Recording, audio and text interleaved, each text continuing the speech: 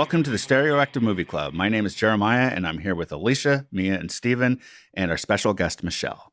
And we're going to be talking about the 1936 film Modern Times, directed by Charlie Chaplin. But before we go on, let's hear from everyone about one movie they've watched recently that they want to talk about here. Steven, let's start with you. Unfortunately, I wasn't able to see any other movie except for the one that we're talking about today. Okay. It's been a busy week. All right. Fair enough. Alicia, what about you? Did you see something? Yes, I saw a movie called I Care a Lot. It was on Netflix. I think it was a Netflix movie. It starred Rosamund Pike and Peter Dinklage.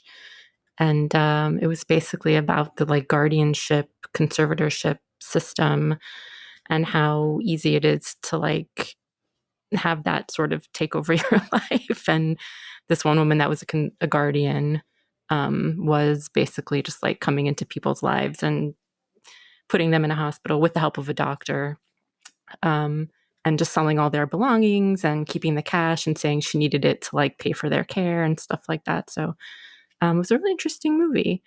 It was a little bit crazy too. There was some crazy stuff in it too, but overall it was good. I enjoyed it.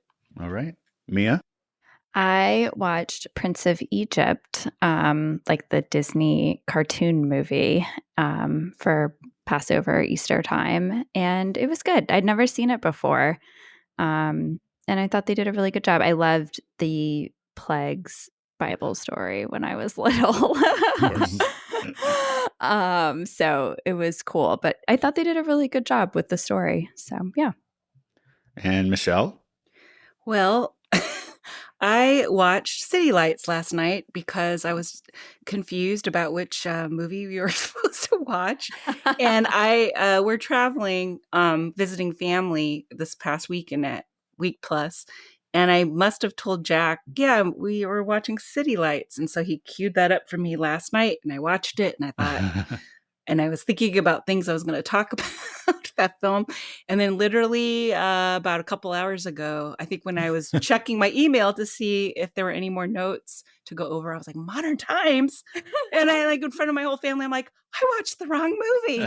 And so actually we watched Modern Times together, and which I'll talk about in a bit. Great. But City Lights was great. Well, I'm curious to get your opinion on the two together, since they were his back-to-back movies a few years apart, but still, I kind of wished I'd also watched City Lights for that sort of comparison. So maybe your accident pays off for us. Yeah. I saw Air, the Ben Affleck directed and kind of starred in movie with Matt Damon and no one really playing Michael Jordan, even though it is the story of the Air Jordans.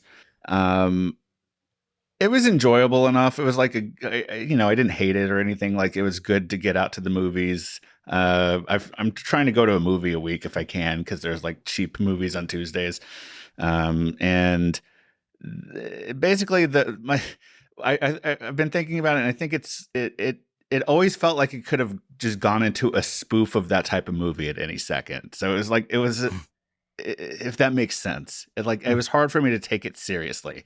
And the big dramatic speech from Matt Damon when he sells Michael Jordan on signing with Nike, I just could not take seriously in the moment. I was just it came off as so cheesy. And like I said, it felt like it was going to move into being a spoof at any second, even though it never did. I don't know. There was just something about it that just felt false, but there wasn't anything technically wrong with the movie or anything. It was enjoyable. It's worth seeing if you're interested at all. It's an interesting story, but it's not the best movie ever made or anything either. Sometimes I get that feeling when I see a movie with someone that's really famous. Yeah. And I just can't it's not that they're doing a bad job acting or anything, but it's just Right. you're too famous and I can't separate you from that. I think part of it is that Damon's character, and maybe this is true to life of who the real guy was, but he's very kind of snarky throughout the movie. He has quick witticisms or whatever you want to say when somebody says something. He's quick with a comeback. And so I think that it just it was a weird tone or something. I don't know, or absence of tone that, like, I don't know. It was just weird. But whatever. So, for those who may not have listened to the show before, this is a podcast where we discuss movies that have appeared on Sight and Sound Magazine's poll of the greatest movies ever made that comes out every 10 years. And again, this time we're talking about modern times. But before we get into the history and background of the movie, what did each of us know about it going into this viewing? Who had seen it before? And if not, what were you expecting, if anything? And Stephen, since you picked this one, can you start us off and also remind us why you chose it? So I chose this movie because it was a silent movie. It was on the list, and Charlie Chaplin is very famous. And I think everybody's probably seen at least bits and pieces of this movie just over their lifetime, just because the famous scene of him going through the cogs of the wheels or the engines of the building. I don't know what it actually is, but it's Some like sort of cogs machinery. Machinery that you can see the person going through. So I think I just wanted to see what that was all about. And it's supposed to be one of his best movies. So I figured we should kind of take a look at it. All right. And you said you hadn't seen it before, though, right? I had not seen it before. So No, okay. I don't think I feel like I haven't seen any Charlie Chaplin movies when I was looking at the list. So, and Michelle, how about you? I also had not seen it before, and I also had not seen any Charlie Chaplin. So once again, really grateful for the excuse to do so. And yeah, I was also familiar with the image of him going through the gears, and I think I was vaguely aware that it was like a social commentary of the times, but that's it. That's all I knew. Okay. And Mia? I also had not seen this before. I have seen The Gold Rush. I think we watched it during the earlier days of the pandemic, if I'm remembering correctly. And I really enjoyed it. Like, I think it was the first real silent film that I saw. And, just going into it, you're kind of like, oh, a silent film. Ugh. But I really loved it. I thought it was so funny. And, turns out you don't need dialogue for a movie. I mean, there is dialogue in a way. But anyways, like, you don't need audio for a movie in that kind of way. And so I was really looking forward to watching this movie and seeing more of his repertoire. And Alicia? No, I had never seen Modern Times before either. I had an acting teacher in high school that showed us some scenes from, I think, City Lights. And I was not sure whether I just was never sure which was which or how similar they actually are, because I've never seen either of them in full. But so yeah, this was my first time seeing it. So I had seen this movie. It had been a really long time, though. I actually got into Charlie Chaplin in high school and watched a ton of his stuff, like basically anything they had at our local library, which they had a lot. I rented and watched. So I saw this. I saw City Lights. I saw The Gold Rush. I saw a bunch of his movies. All at that time. And I've seen some of them since in various degrees, like seen parts or whatever. But I don't think I'd really seen this one in full since, I don't know, for years, maybe decades. But in my memory, it was one of my favorites of his. And I know it holds like a very, special place in history. And we'll get to all of that in a little bit. But yeah, I'd seen it before. I love Charlie Chaplin. Wrote a paper on him in high school, even like a biography for a class. I think it was like an English class or something. So at one point I knew a whole lot about him and his movies. And yeah, there you go. So that's where we stood on the film before watching for this episode. And we'll get more into the film in just a moment. But first, let's take a break.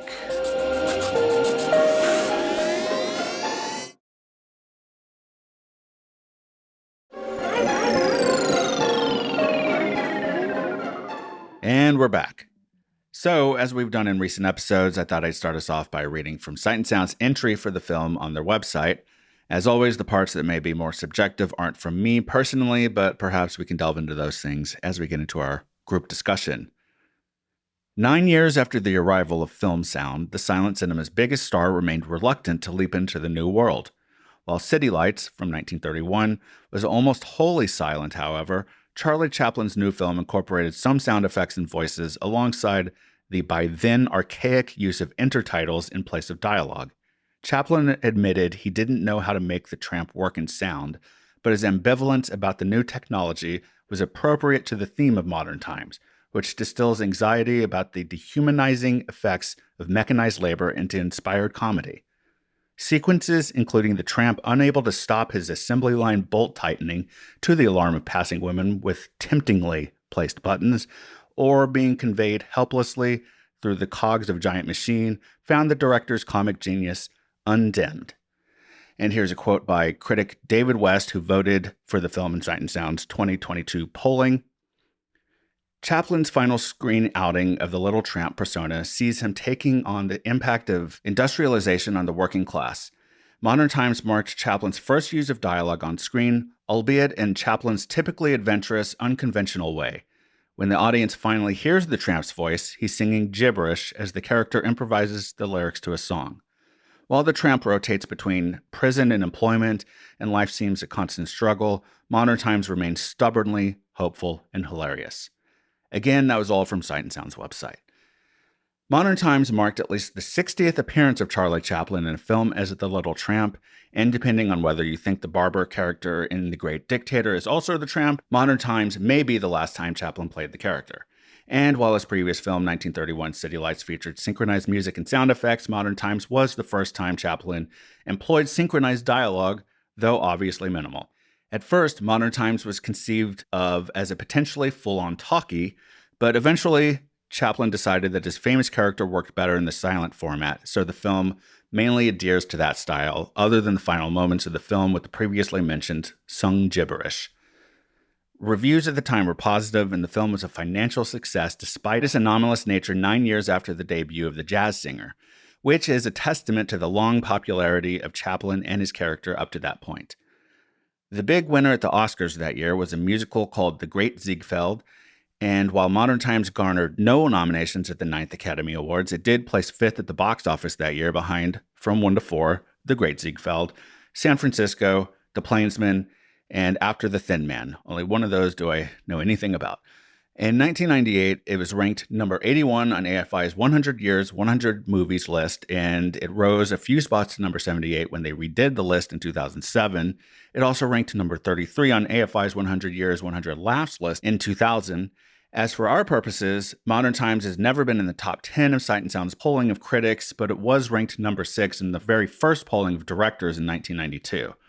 In the 2022 polling, it was tied at number 78 in the critics polling and tied at number 72 by directors. And among the filmmakers who had it on their top 10 list in 2022 was documentarian Frederick Wiseman.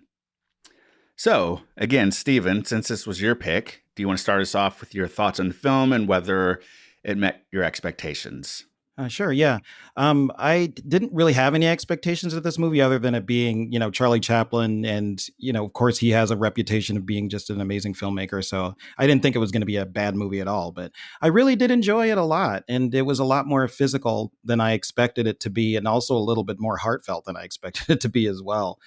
Just because it kind of read like there's a lot of laugh out loud moments that happened, but still there was like something that you could think about in your own life as as being one of those things that also occurs. You just sort of like, every day you're cranking out the donuts, whether or not you're working at a factory or you're in front of a computer. So what really stuck with me a lot was, I think it was the machine that was used to feed people, and just how crazy that seemed to be a setup. But yet, we're sitting at our computers and we're eating food that's like kind of made for you to eat and not even look at. And I remembered at some point there was some food that was made so it could fit in the glove, not the glove compartment, but in your little soda thing in your car. Like they made packaging that was like that. So you didn't even need to look at it, and it was just packaged easily. So you couldn't even concentrate on your food, because food is very secondary and they don't want you to really enjoy yourself when you're eating, when you're at work or when you're just on your way to work or something like that. So I just thought that there was a lot of timely things even for today that you could look at. And even when your boss is spying on you, you're like, oh, that's funny that they had a monitor in the bathroom, but yet,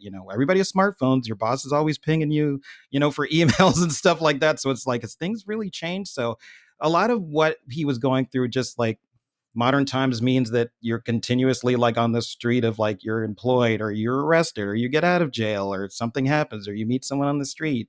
But things just keep progressing and you have to keep getting positive about it. So I did like the optimism of the movie a lot.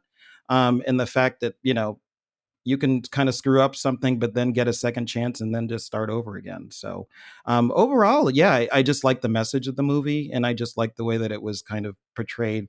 The only thing that kind of took me out was I don't know if she was considered a love interest. I guess she was because she sort of appeared as his wife in some of the dream sequences, but she seemed to, I wasn't sure how old she was because I know that the officers were after her to put her, to take her away. So I figured she was underage, but still, and he seemed a lot older than her. So some points I was just like not sure of their relationship. So that kind of took me out of it a little bit, but not too much because she was such a phenomenal actress. So, but overall, yeah, I really enjoyed what I was seeing. All right, Alicia? Yeah, I also really enjoyed it. Had a lot of the same feelings about it that Steven did, as far as like feeling like a cog in the machine at work and that kind of thing. I'm pretty good about setting boundaries and, like I don't use my personal phone or my personal laptop for work and things like that. Like nobody's contacting me when I'm not on the clock. Sorry. Or, it better be something really like important if you are doing that. But, when you're in it, you still feel like it. I had, when I first started this job, my boss was like, oh, you can take your lunch. She's like, but don't take a full hour. And I was like, no, I'm taking a full hour. It's like, I'm here for 9 hours. Like I get an hour for lunch. Sorry. But anyway, besides all that, I also thought it was interesting that he brought in the police a lot. Like, I feel like the police were just like all over this movie. Like, they were just at every location, wherever they were, the police showed up. Even when they're like, I don't know if they were out in the suburbs or where they exactly were when they were sitting in front of that house. I was like, the police are even like walking down the sidewalk in the suburbs. Like, where did this guy come from? But I did a little bit of reading about Chaplin's like politics, and it was really interesting. He was like very progressive, and he was considered by like our government to be like basically a communist. Mm-hmm. And so yeah, I thought it was really interesting that he tied like the police to the wealthy and the powerful, and he tied poverty to like constantly being like having to commit crimes in order to get by. I think that's still really something that we struggle with in our society a lot today. So yeah, there's a very like Les Mis kind of aspect to the storytelling in a way. Yeah. Like stealing bread to just get by and whatever. Yeah, and the woman that reports her thinks she's doing the right thing, but it's like, what's really right in this situation? So anyway. Well, Michelle, what about you? Well, yeah, I currently kind of have City Lights and Modern Times in my mind. And when I watched City Lights, I felt it actually took me a little while to get into it. I felt kind of like the filmmaking was a little more traditional and staged. And I was actually glad I had thought about asking my family to watch it with me. And I was glad that I was watching it alone late at night. So the contrast with watching Modern Times just 2 hours ago in the living room with my family, I watched it with my cousins, 3-year-old, 6-year-old, and 8-year-old, and my daughter who is 10, and they were all engaged, and the kids were laughing, and they were really responding to the slapstick, and they were asking questions, and the 6-year-old was reading the title cards, and I think he really enjoyed that. And yeah, Alicia, when you brought up the police and just the constant going to jail, like they were really wondering about that, and why would he want to go to jail? And so it was really, usually I like to watch movies alone or without interruption or discussion, but I actually, I'm really glad that I watched it with the kids and just to see everybody enjoy it. And the beginning of Modern Times, like with that shot of the sheep, and then it kind of dissolves into the people coming out of the subways, and I just felt like it had more of a point of view right off the bat, and yeah, even though there's definitely some physical comedy in City Lights, I felt like right off the bat with the tightening the bolts, and his spastic movements was really funny and drew you in right away. And like you, Stephen, I loved the optimism and even the final shot of them, walking down the road, into the horizon. That was really sweet. I think Alicia or Stephen, one of you said that there's surprisingly some more emotion than just comedy. So those were my kind of initial There you go. takeaways. Mia? I didn't love it. I'm surprised. I Yeah, know. seems like it would be up your alley. I know. I think it's just me. I think I'm like getting sick or something. So I think I just like wasn't like there, I love the message, obviously, like death to our overlords any day of the week. And like I felt like all the like, worker themes and stuff. Like I was like, did Jeff Bezos watch this? And was like, oh, I have an idea here. Like obviously all of that like is so relevant today, whether you're, as Stephen said, sending emails or working in a factory or whatever. I thought like the acting was good. Like the slapstick stuff was funny. It's actually funny to me, Michelle, that you said, oh, it was great watching this with kids. Because I was saying to Jeremiah, I think it's just me and like just where I am right now. But I would love to watch this with Rowan in a few years because I think she would think it was hilarious. And I think watching this with kids would be so fun. So again, maybe just me. I thought that Paulette Goddard was so good. I loved her. Right, Paulette. I think it's Goddard, though. Goddard. Okay. Yeah. Paulette Goddard. I thought she was so good. Like the first shot of her on the screen, I was just like, oh my God, like she's so magnetic. She's so radiant. I thought she was just like so lively. The age thing didn't bother me, although I was kind of like, wait, how old is she? Because she looked older than 18 to me. And I was like, don't the police have something to do? Like, why are they tracking her down? Who cares? I was more concerned about her two sisters that she just like let go and never cared about again. Right. That was more my issue there, but whatever, I guess. I also did really enjoy the last like few minutes there. It actually really reminded me of the Grapes of Wrath, which, as we know from earlier discussions, I love. And honestly, I was like, this is the We the People speech essentially right here, but like shorter and funnier. They're like, we just got to keep going. And then they like wander off into like essentially Grapes of Wrath, like California land. So I enjoyed that there. And I was like, I wonder, like, did what's his name, Fonda, watch this and be like, oh, I'm going to adapt that book. Anyways, so yeah, anyways, it was like all the parts were there for me, but I don't know. There was just something missing where I was just like, I kept kind of getting distracted. Like I just like couldn't like settle into it. So I would totally give it another shot, like in a few years or something. It might have just been like where my head was at. But yeah, I went into it being like, oh, I'm so excited. I love the Gold Rush. Like this is going to be really fun. And I just kind of had to like force myself to finish it. Right. Yeah.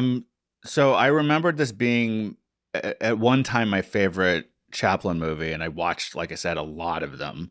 But it had been a while since I'd watched most of them.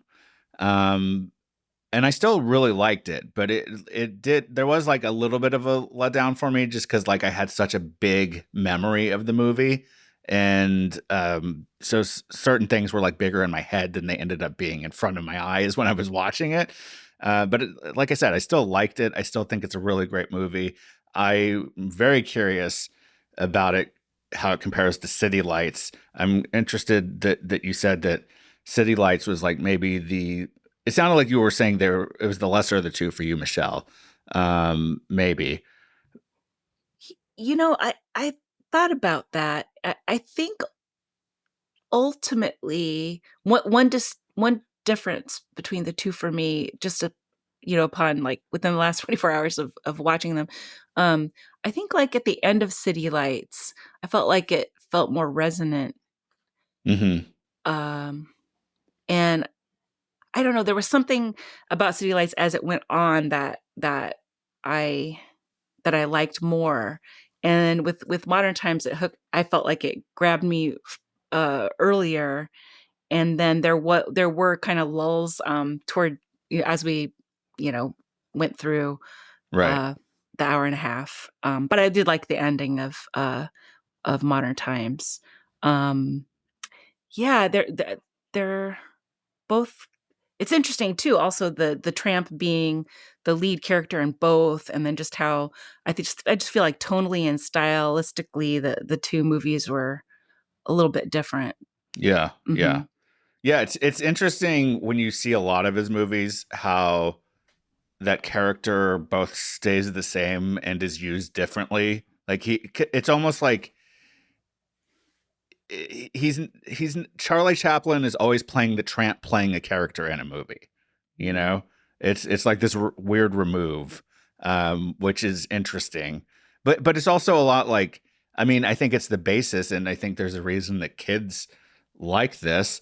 That I think a lot of cartoons like Warner Brothers and early Disney stuff are like so influenced by Chaplin and Buster Keaton and the style of the silent films that came right before them, of like here's this character who's this kind of archetypal character, and now we're going to throw him in some situation, and it's kind of like a turn on who he usually is, but it's not exactly the same, but you still know it's Bugs Bunny or whatever, and you know what to expect, But yeah, I do think that there's a progression, if I remember correctly. It's, like I said, it's been a while, of like, I think in my memory, at least in those later films like City Lights and Modern Times, the pathos part of it takes up a little more space than maybe it did in like the Gold Rush or the Circus or some of his other big movies that people know. Although, I mean, I think one of his more famous ones is The Kid, which I don't remember a frame of anymore, but like I think that one is very based on like it's him and a kid, and it's like very sentimental in a way, and that one's kind of like a mid-career one or something. So maybe my theory doesn't hold. But anyway, I feel like City Lights has become the one that people kind of point to more, and I'm not sure why I think that. Like I just feel like I hear people talk about it, or when I read critics or whoever talking about Chaplin, like they point to City Lights more these days as like the one. But I gotta say, like, I actually end up thinking that The Great Dictator is my favorite Chaplin movie, the one that's next and is sort of the tramp, but not really. And only for half the movie because he plays two characters, one of them being basically Adolf Hitler. But anyway, that's a whole other movie. That's neither here nor there. But let's get into some of the stuff we were talking about, though. Steven, I think you mentioned the boss being on the screen. And I guess like I've forgotten that it had that. And it's almost like a sci-fi element for this movie, which is interesting. Like, what did people think of that? Like, did it kind of not shock you necessarily, but were you surprised by it? Did it take you out of it? Or were you just sort of like, oh yeah, it fits with what he's trying to do here? Like, what did people think of that? Yeah, that and that it was talking, because since this movie is supposed to be kind of a silent thing, the fact that he was actually even saying something was kind of a shock to me. But it does play into that whole like Big Brother is watching you, you need to work or else, you can only take breaks at a certain time. I think it worked for the movie to have that in there, but it did seem like a little bit sci-fi kind of, this is the future. Or maybe it was in his head. Like maybe this is something that he made up because he's been working so much and he did kind of have a nervous breakdown. So, maybe that wasn't really there. Oh, I never thought about that. That's a fantasy element, actually. Huh. Interesting. Any other thoughts from people about that? Mia? Oh, I was saying what annoyed me about it is that he clocks out to go to the bathroom, is in the bathroom, is for like 30 seconds, gets told, go back to work immediately. And he's like, oh yeah, I gotta go back to work, I'm just going to the bathroom, and like runs back out. I'm like, you're clocked out, like leave him Right. alone, man. I was so mad at that. I did notice that. Yeah. Um, I liked it. I mean, I thought it made sense, and I thought it was funny. And I do think, yeah, it was a little jarring every time like the voice came through, because even up to that point, you're like, it's so much is silent. Like any dialogue he has been silent up to that point. Like all the stuff that he's talking about when he's getting yelled at on the factory floor before he even goes into the bathroom, that's all silent. So it was a little bit jarring. But I thought that worked for it, because it is supposed to be like, oh, like, get out of the freaking bathroom. Like, I'm watching you and I'm all powerful and I have, right. sound and you don't. And I thought that was interesting. Yeah, I thought it made the film feel even more modern, Yeah, and I agree with what everyone else said. I liked the kind of. It didn't bother me that it was kind of sci-fi. Yeah. I mean, I wonder how much of it, like, this is just purely conjecture or whatever you want to call it, but he'd resisted really employing sound other than like synchronized music in City Lights, and he thought about making this a talkie, but then didn't, because he just didn't think it worked for the character. But there's something about it that I wonder if it's almost symbolic of like talkies, of like he's being dragged into this world. And so there's this boss trying to drag him into this world that he doesn't want to be a part of, really, like, but he needs to be. So maybe that's a stretch. I don't know, but it lines up. I had a very similar thought. Yeah, I was like, I think this is about besides his ambivalence about like the modernization, the machine machination, or the machinery like coming into society, production line coming into society, and that type of thing. I also thought it was a lot about his ambivalence toward sound too, because it created a huge upheaval in their industry. Like it put it's this really fascinating technological innovation, and there's so much you can do with it. And I think that's why he wanted to play with it. But yeah, I thought the same thing. I was like, I think this is also about him. Right. Yeah. I also thought that, maybe they put it in there so when people saw it, they would be just as jarred as he was, thinking like, is this what we're in for now? Like, is this what all movies are going to be like? I don't like this. Right. So it kind of might have turned people off with being in the rhythm of watching those movies back then, and then seeing something like this. Well, that's the thing, though. This movie is 9 years after sound. Sure. So people were used to it. Like, this was the weird movie. Like, this was like not quite as dramatic as like when The Artist came out in 2011 or something, but like people were used to sound, but it was still like a very different thing. So I do wonder how much people were like, oh yeah, we used to love this shit. Yeah. Like, why don't we just do this? We don't need this fucking talking bullshit. Yeah. I don't really know as much about film as you, but were all movies all of a sudden, and like, were there a lot of movies that still were silent, but then they kind of brought it in depending on what he was definitely an oddity. Like, I'm not saying he was the only one who was doing silent still. Like, I'm sure there was something else somewhere, and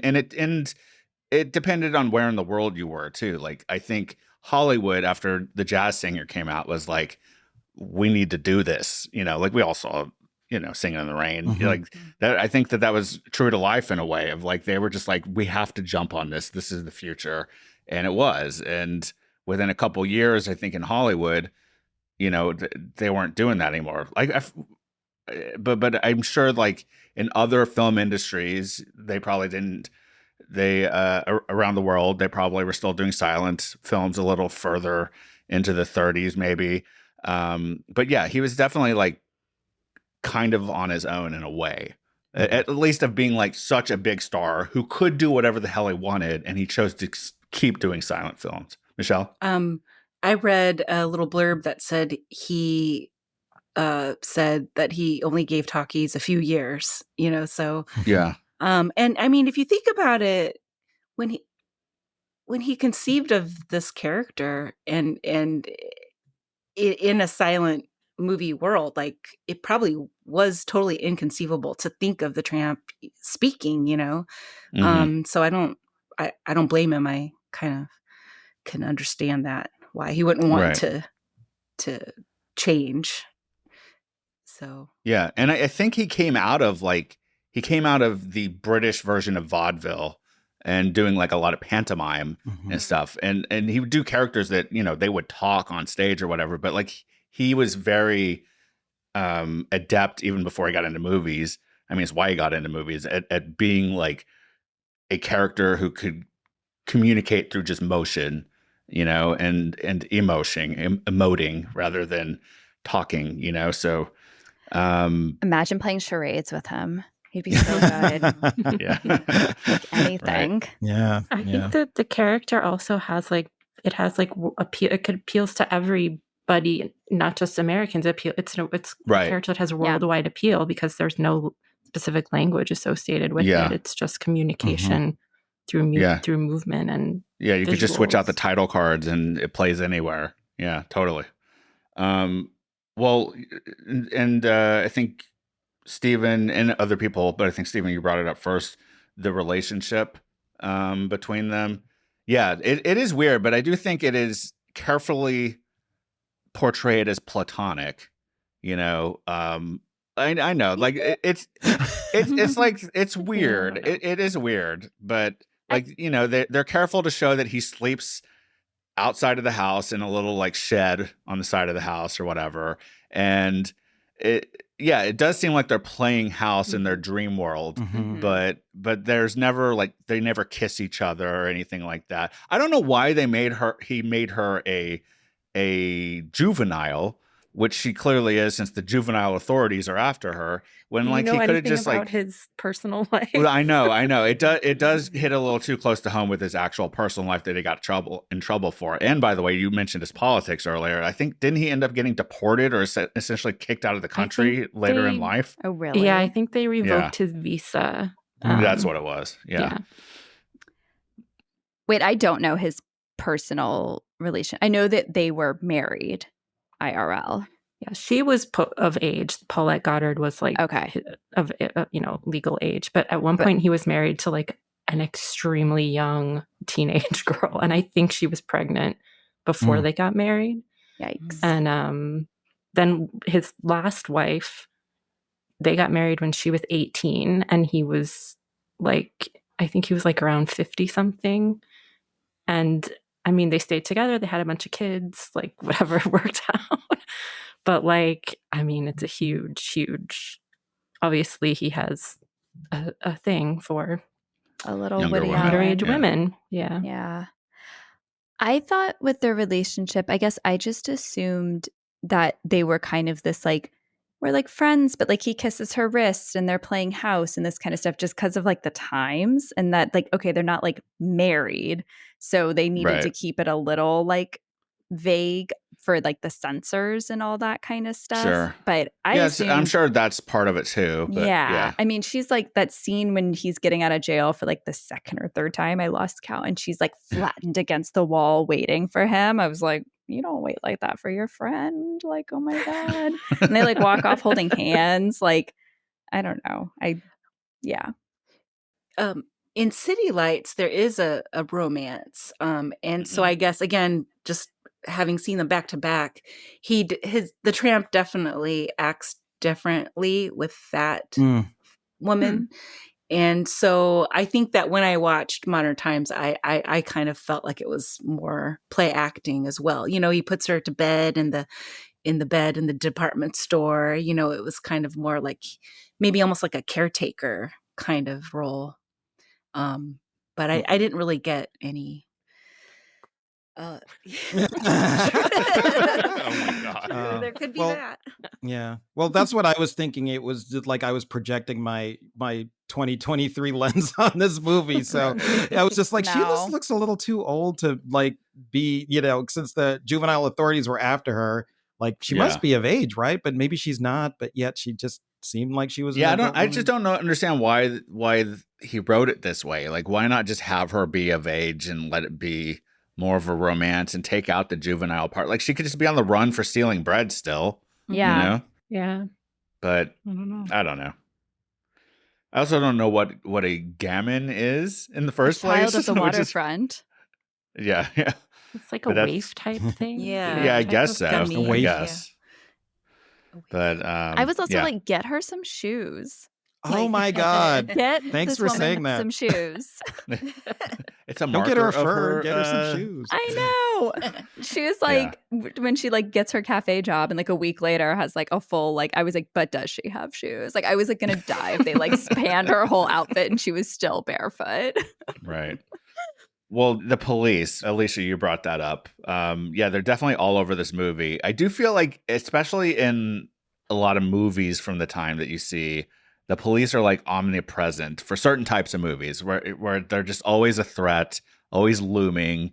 And I mean, I guess like when you see documentaries about the time or read books about the time, like, they were cracking down on workers and they were very involved in like kind of really over policing society in a way that like they still do that in, I think, for them more subtle ways today across the board, but more blatant and depending on who you are and what you look like. But I think at the time it was just like it was like this class thing going on of like the police were enforcing like what the rich people wanted more blatantly than they do now, in some ways. There was that interesting part where he did, and maybe he was high on cocaine still, but like he did end up helping the police in the jailbreak for the other people. So I was thinking about like, well, maybe he is like that sort of saying like there in certain circumstances, I think that the government does do a good job because he did like Right. being in jail after a while. He thought that it was like a comforting place and everybody was nice to him there. So it was sort of like ambiguous with that. Sure. But they were nice to him after he saved them by accident, though, So it's like under the right circumstances, but it's still like it. But it is demented that like his comment on why the police are good for him is because he could get 3 squares in a cot, Mhm. 3 hots in a cot. That's what the saying is, right? Rather than like be on the street and like not know what he's doing. So, yeah. Yeah, I think it was kind of a way to keep, like, a way to just for him to show that, like, they keep people subservient. They keep people dependent on having to have a job that, and I mean, it's still the case. Like, if you don't have a job or some kind of independent wealth, like Mhm. you're going to be like out on the fringe of society, and you're going to be more prone to having to Contact with the steal or police. whatever you Yeah. have to do what you have to do to get by. Yeah, I just thought it was interesting. I was like, oh my God, every time I turn around, the police are here again. Yeah. Well, I do though think that the police are very present in a lot of silent films. Like they're always like there with a baton, ready to whack Yeah, someone on the head and something goofy happens, the Keystone But yeah, Cops. yeah, sure. They serve as the ever-present foil. It like has to be somebody who catches the hero or Right. is an obstacle. Yeah. Yeah. Did anyone, as you were watching it, did you think of any like references to modern day TV or movies? When there, I think later toward the end of the film, the tramp like trips over an ottoman. Maybe it was in the department store. And isn't that like in the opening of the Dick Van Dyke Show, I think? Mhm. And he Oh, trips is. over an ottoman. Yeah. Mhm. And then like roller skating through the department store. I thought of that early 90s movie Career Opportunities and maybe Mannequin, like hanging out in the department store, so Yes, some Mannequin. more lowbrow. And I feel like Well, there was a were some Lucy others. scene. I was about to say, I Yes. love Yeah. Oh, Lucy. yeah. Yeah. Yeah. I think that's I the definitely one. was thinking of the Lucy chocolate scene. Yeah. At the very beginning of the movie. Yeah. Yeah. With the tightening the bolts on everything and getting behind and Yeah. all that. The sets were amazing, I thought. And like when he did go through the gears, I was like, oh, yes, that's it. That's the, infamous image. That was Yeah. great. I was just going to say that I was surprised how well the comedy did hold up for me. I mean, I wasn't like screaming in laughter or anything like that, Right. but I definitely like found it funny. And like as soon with the whole thing with the when he's like his job is to like screw in or tighten the whatever he was doing on the assembly line with those 2 tighten, or I'm not a Wrenches. tool person. So They're called wrenches. Yeah. wrenches. Okay. And he's like still, if you say so, he's like still moving around, doing the repetitive motion, even when he's not. That is actually really a true thing that really happens. And it reminded me, I used to work in a grocery store when I was like 19. I only worked there for like 2 months in the summer. And like in that short space of time, when I would start to go to sleep at night, my brain would automatically start beep, beep, beep. Just like I would be just checking people out in my sleep. So it, like, that's a real thing. Yeah. And then as soon as the woman with the buttons, strategically placed, as soon as she started walking down the street, I was like, of course. But it's still, I still thought it was funny. Like, it still made me laugh. A lot of the stuff, the roller skating blindfolded thing, really made me laugh. And I thought it held up comedically for me. I was surprised. Yeah, the work, like drilling something into you that you remember forever, is definitely real. As you know, Alicia, I still remember the Olive Garden song that we both, I think, remember from having worked there at different times in our lives. And I worked there for one summer between high school and college, and I still could sing that goddamn song to you. But, yeah. I worked at JCPenney for 2 summers in college, and I can still fold that perfect square with your shirts.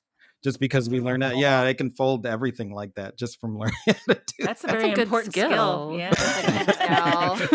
Wow. I wish I could do that.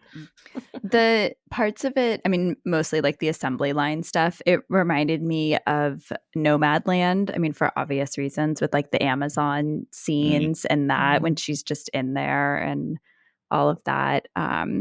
So not quite the same, like, a scene from this that influenced later things, but it made me think about that movie. Yeah. I was surprised at the cocaine.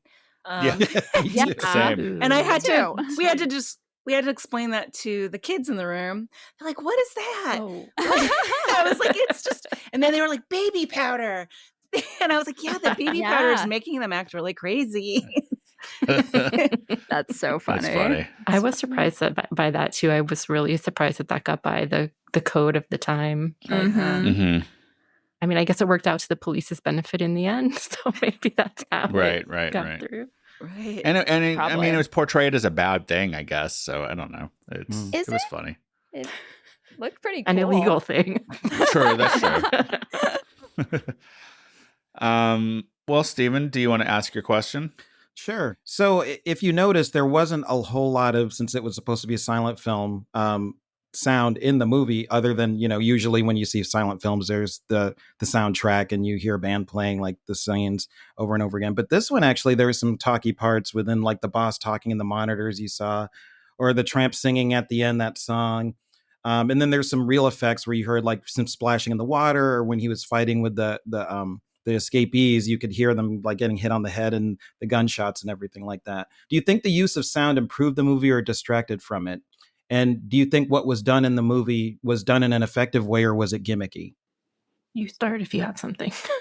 Well, I felt like it wasn't really that necessary to put in. I mean, I can understand just from today's standpoint, you kind of need sound effects, or you need to have like pointed people talking, but I don't think it really added too much to it. I mean, at the end of the movie, I thought it was kind of interesting that, like, I did watch the scene where he was singing to everybody. I watched it with subtitled because I listened to it first and I was like, I don't understand. It sounded like I could understand it because, like, I took Italian and French before, so I felt like maybe it was just like a French song that he had in Italian, but it was just a hodgepodge of like different languages, or just different phrasings and stuff like that. So that kind of made sense for why he was putting that in the movie, just so you could just show, like, it's about how you kind of deliver something. It's not necessarily of what you're saying, and that's the important thing. So aside from that, I don't think it really added much to it. I felt like we could have done without it. I, of course, wanted to have the soundtrack in there, but like, I didn't think it really added much to it. So I kind of was on his side when he talked about, like, is this really necessary for me to be a successful movie maker? I don't think it was. Michelle? Steven, what did the subtitles say? Because I thought too. I was like, I can't even have that subtitle. Yeah, it was just like a bunch of just different words. Some of them looked like they were in Spanish. Some of them looked like they were in French. And some of them were just like words. So at least the subtitles that I saw, I watched it on HBO Max. So like it just didn't, none of it made really any sense, even though it sort of sounded like language that you'd heard, or it sounded like a foreign language song that you would have heard. So there wasn't an English translation to those No, words? Oh, okay. no, there wasn't. No, there wasn't, because it was all just a hodgepodge of different like sounds and language. There wasn't really a translation. What'd you think, Michelle? I didn't mind the added sound. As we talked about earlier with the boss on the screen, I kind of liked that element. There's that one scene though. Did you catch where the minister and his wife come to visit the jail, and his stomach is gurgling, I guess, and so the joke is that he has maybe some gastro. Both of them. Both of them were gurgling. Yeah. Oh, I couldn't tell. And the dog was looking at both of them. Yeah. Okay. So yeah, I mean, so if there was no added sound, then clearly that scene wouldn't have worked. But yeah, I mean, I guess it did kind of take you out a little bit, thinking, yes, this is supposed to be a silent film, and then here he is singing at the end. I do think that it probably would have been as successful of a film without it too, but it didn't. But I didn't hate it, so yeah. Alicia? I thought it may have been gimmicky, but like I'm okay with that because it wasn't too much in my opinion, and it is like a money-making endeavor, so fine, like.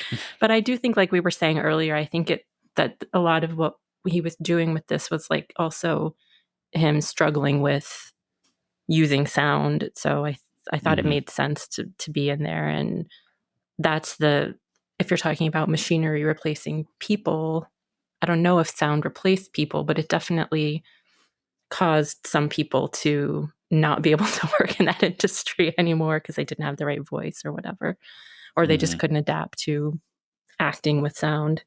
And I'm sure there was like behind the scenes stuff that it changed also that I'm not that up on. So I thought it made sense, and I was okay with it. I said, like I said before, I did find it jarring from time to time, but I thought it worked too. I thought the scene with where they were having the gastrointestinal problems was really funny, so I liked that, and yeah, I was okay with it. I think it could have been successful without it, but I do think I think it worked. It worked for me with it. Like I was glad that he got to have his little moment at the end with the gibberish song, and I understood what he was trying to say about not having to use sound to communicate. But I mean, we live in a world where obviously that went by the wayside. So in the end, like he was right. He was not necessarily right about that. But anyway, yeah. Yeah, I think it would have been fine without it. I think it would have been a different movie. And in a way, I think it's kind of cool to have this movie that's like half talkie, half silent. There's, I'm guessing, not that many like that. And in some ways, I think it would be harder to make this movie rather than saying, okay, it's just going to be a silent film. We know how to do that. Okay, it's going to be a talkie. We know how to do that, as opposed to being a little bit more selective about like, when are we going to have sound? When are we not going to? And I'm sure those were all very deliberate choices. So I thought it was cool. Yeah. As I remember from when I watched a whole bunch of Chaplin movies all together, I found it like kind of novel, but exciting when I got to this movie. And there were these moments of sound, and it was used sparingly. And it seemed like if he was going to use it, he wanted to have a point to it, or like at least a punchline that actually relied on it. It wasn't just used just to use it, like the gurgling stomach stuff. Like that, maybe that was something that he always had in his head, and he was just like, you can't do this in title cards. You can't just have, like gurgling title card between these and get the same effect. So he's like, I can finally do this joke that's been in my head, or that I could only do like at a live show when I was in, again, whatever the English version of vaudeville is or something.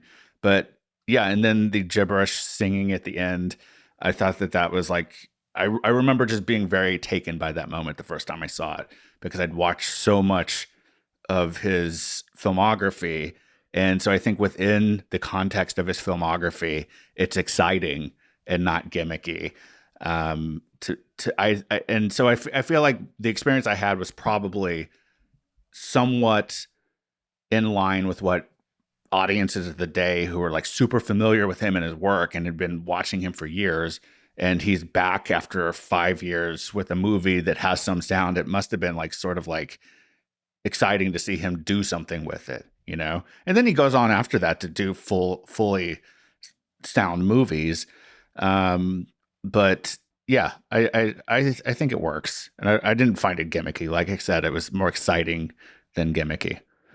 Michelle? I don't know, if this is relevant, but in the opening scene of City Lights, there are a couple of dignitaries speaking at a podium, and there's actually, I don't know if you remember, Jeremiah, but there's actually sound, and they sound like, the adults in the Peanuts cartoons. It's like, I totally don't remember that. Okay. That to me was really gimmicky, and I was afraid that would continue throughout the film, but it didn't. Right. And then there's another kind of joke scene later on in that film where he needed sound to make it work, where he accidentally swallows a whistle. And he's like hiccuping, and it's like, he keeps whistling. Yeah. So he was having fun with sound in that film too. Right. Yeah. I think the thing that I'm remembering is like you're hearing his voice for the first time in a movie at the end. And I do remember it being funny that it's like you finally hear this guy after he's been in 60 movies as this character and other movies as well, not playing this character. And the first time you hear him, he's just like saying just gibberish words. And it's just, I mean, they might be real words, but the way he's using them is used as gibberish. And it's just funny that that's what he does. And like people have been saying, he shows that it's really about just sort of, it's not about what you're saying necessarily. It's about like the way you say it can be entertaining and comedic, which is all I think he cared about, is like being funny and having a point too, but being funny first off. Yeah. He had a nice voice too. I was like, his voice is pretty nice. Like, Yeah. Is that his actual voice? Wow. Yeah. Yeah, I was really impressed. Mm-hmm. Wow. Yeah. We should watch The Great Dictator. I want to. Oh, Yeah. Can I say one other like kind of random thing? Apparently Modern Times was banned by, oh my gosh, what's his name? Goebbels, the Nazi propaganda guy, because he was like, we can't have people seeing this in Germany, obviously. So it just made me think of our propaganda film discussion from a few weeks ago. Everything's propaganda. So yeah. There you go. Yeah.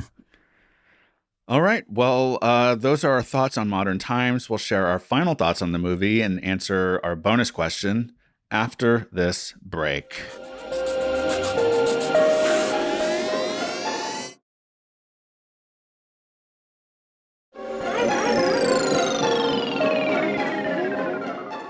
And we're back.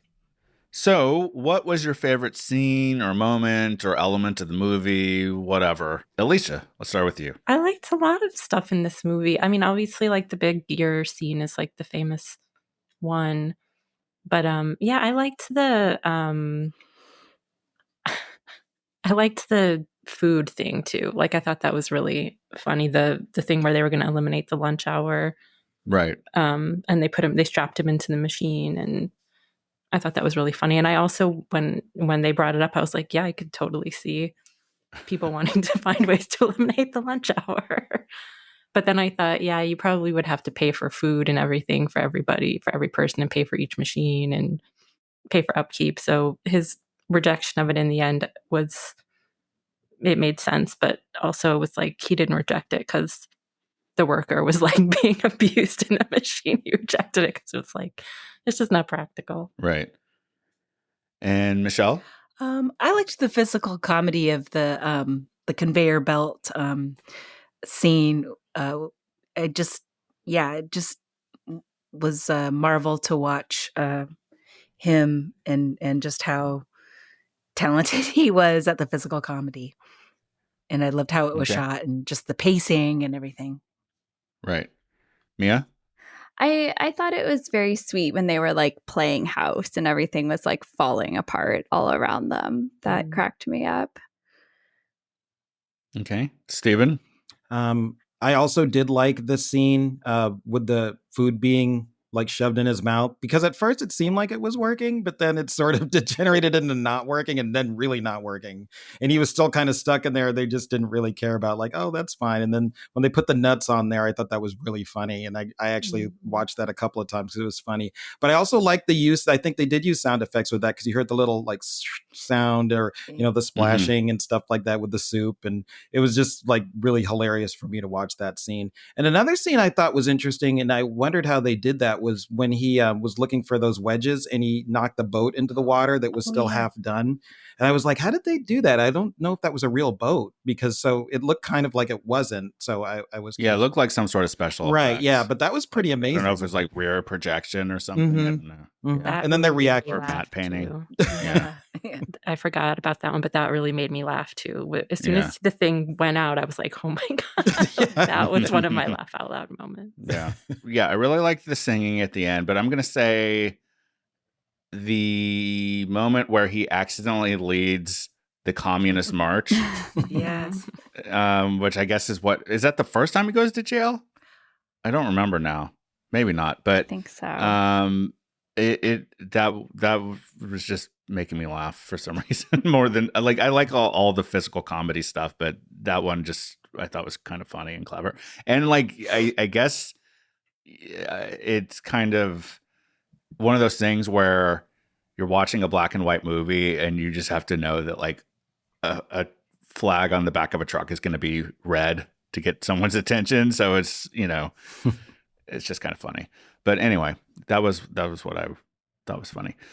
So has the movie, as far as you're concerned, stood the test of time, or another way of framing it, do you think it resonates today? And Stephen, let's start with you.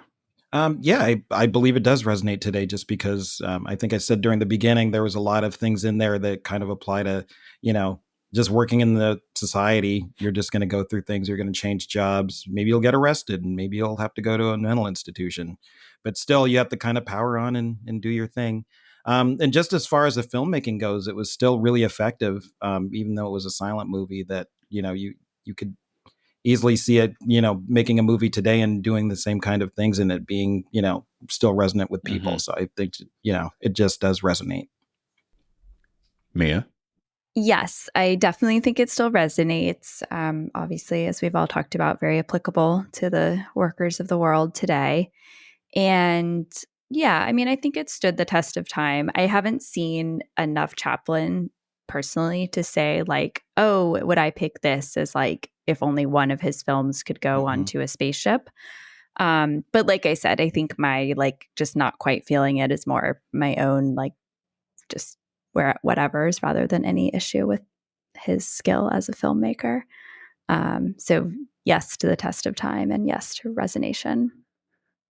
Okay. Well, we're not the Unspooled podcast, so we're not putting any movies on spaceships for aliens or anything. Whatever, man. You know what I'm saying, though? So, like, okay, fine. Steven. If I had to pick one movie to be on the Sight and Sound poll list, would it be this one? I would need to see more Chaplin films to make that determination.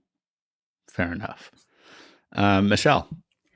Yes, I think it still resonates today.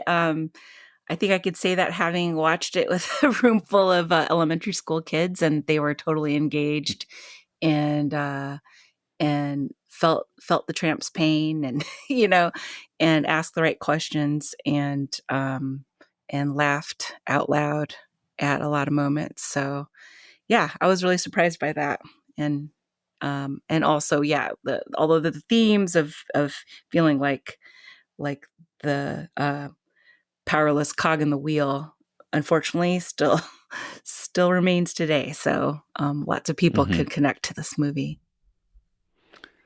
Alicia? Yeah, I'm the same. I love that you watched it with kids, Michelle. That's great. And I'm so glad I think it's a perfect movie for kids. Really. But yeah, I think it definitely stands up. Yeah, I think we've already talked about a lot of the reasons why, so I won't spend too much time, but yes, definitely resonates. Yeah. I mean, workplace, whatever, and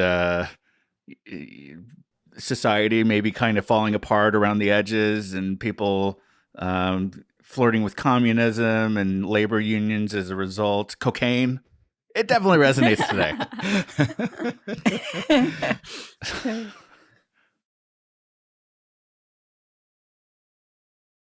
Who is your favorite character that has appeared in a franchise of movies, or at least has appeared in 2 movies as that character? And it doesn't necessarily have to be somebody it could be the same character or the same.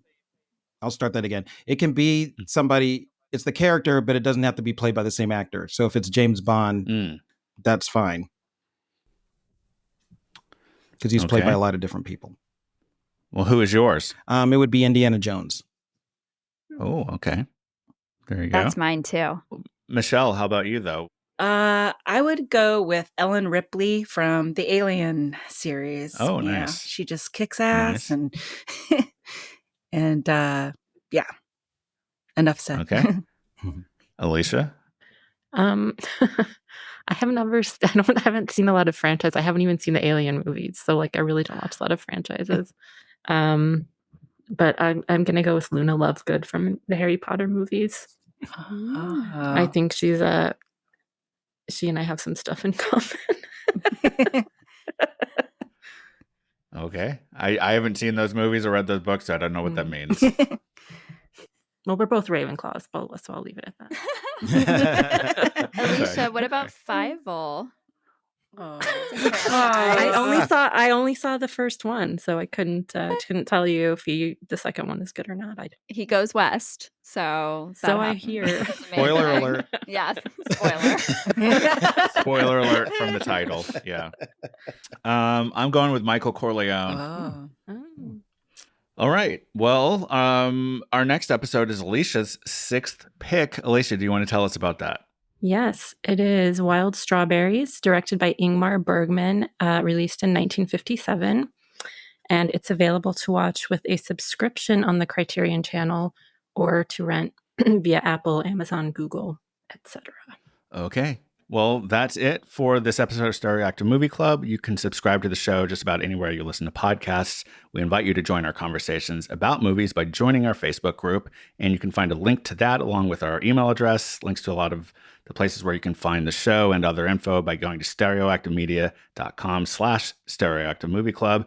If you have a moment, please rate and review the show on Good Pods, Apple Podcasts, Spotify, or anywhere else that allows you to do that. It helps others to find the show, and we really appreciate it.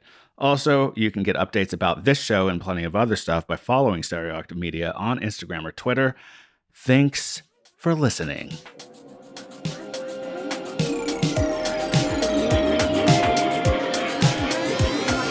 Stereoactive Movie Club.